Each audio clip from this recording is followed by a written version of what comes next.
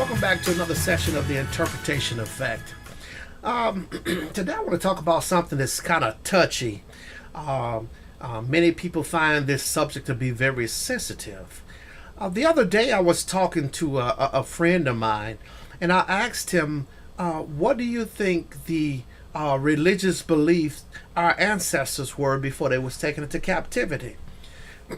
And he and a couple other people that I was talking to said that, well, it's not impossible to believe that Christianity was already over in that area before they, was taken into captivity. They could have been Christian, they could have been Muslims, and I stopped and thought about that for a moment, and I asked myself, let's say if they were Christians, how does that reflect on the Christian God?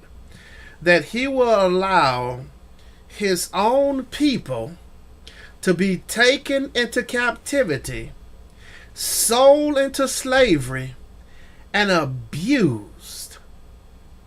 My goodness, I had to really think about that, because to me, that's pretty foul. That's messed up. That a God who's supposed to be a loving God, a kind God, would allow something like this to happen to his own people. And let's say if they were not Christians, that doesn't make it any better. What kind of God will outlaw shellfish, but say, hey, slavery is okay, slave it up.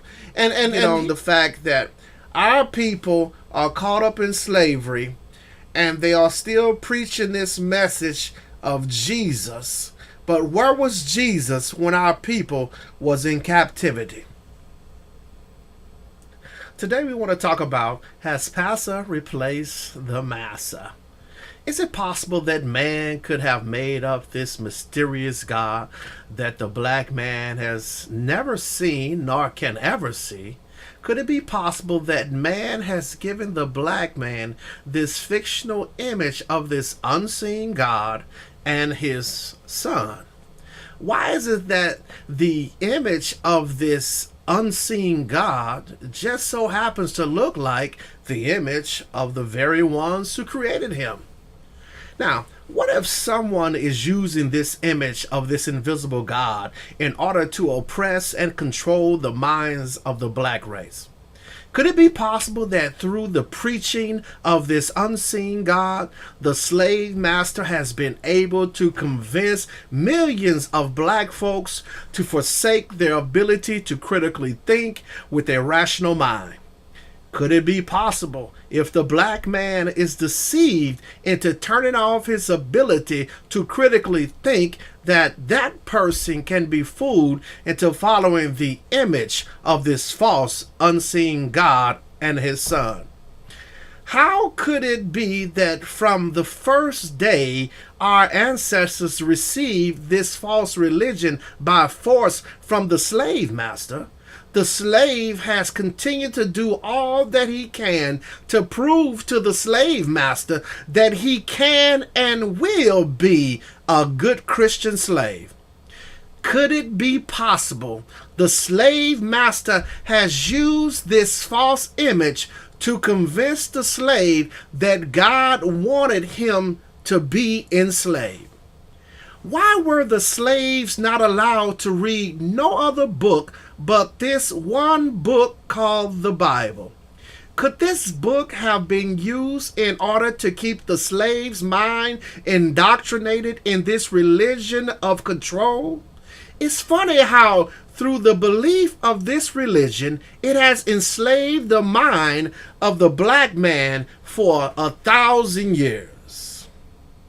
Why would this be that the slave or the keeper of the slaves assigns specific slaves to read from this specific book called the Bible? And why would the master of these slaves allow a select few to receive the title as preachers and ministers of God? Yet the white slave master still considered the slave to be inhuman, without a soul. The slave master knows full well in his heart that the slave can never get into the slave master's heaven. And at the same time, the slave master still considered the Negro to be nothing more than a subhuman slave.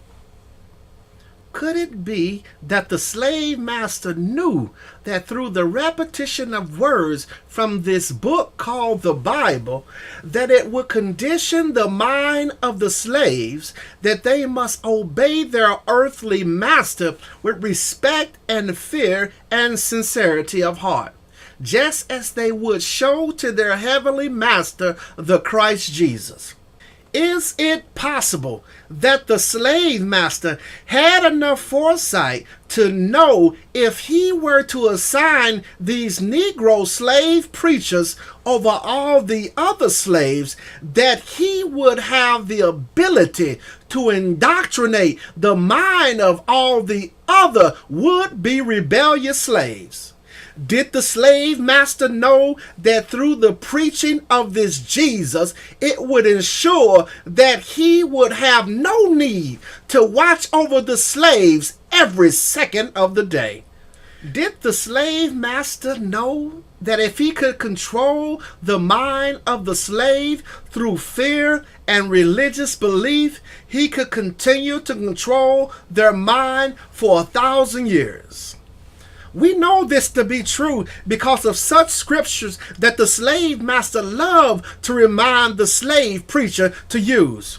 Scriptures such as the one that says, "And do not only obey your earthly master to please them while they are watching, but as servants of Christ, doing the will of God from your heart." Is it possible that the slave master knew that the slave would take the Bible's message of obedience much more to heart if one of their own fellow slaves were to teach it to them? This is why the first black preacher on the plantation was able to elevate his status from amongst the other slaves. The preacher was the only black man on the plantation taught to read from the Bible. Yet he was forbade to read from any other book. And from that day onward, the black man have been taught to be happy when reading the Bible, but have been taught to find other books to be false and unappealing to read. So now, as I close and take my seat, I will leave you with this one last thought to think on. Has the Passa of the church taken the place of the Massa of the plantation to keep the black race in their place? Why do the church teach the black community to be content with their lot in life? Could it be possible because a content people will never rise up to take more for themselves? This is why the church teaches them that it doesn't matter what they're going through in life. Life is always good because God will fix it for them somehow. And I want to say this, give you my closing thoughts. If the slave master did not consider the slave to be fully human, why would he give them Christianity, seeing how only humans can go to heaven? Well, that's all the time we have right now. I want to thank you all for joining me today as we touch on this topic. I know this is a very sensitive subject to speak on, but I believe that we begin to wake people up every time we decide to speak on the truth and say it regardless to those who wants to hear it. So as I say to you always, stay woke and continue to do research and study. And as I teach my children, never take the word of someone until you research it for yourself. Peace out.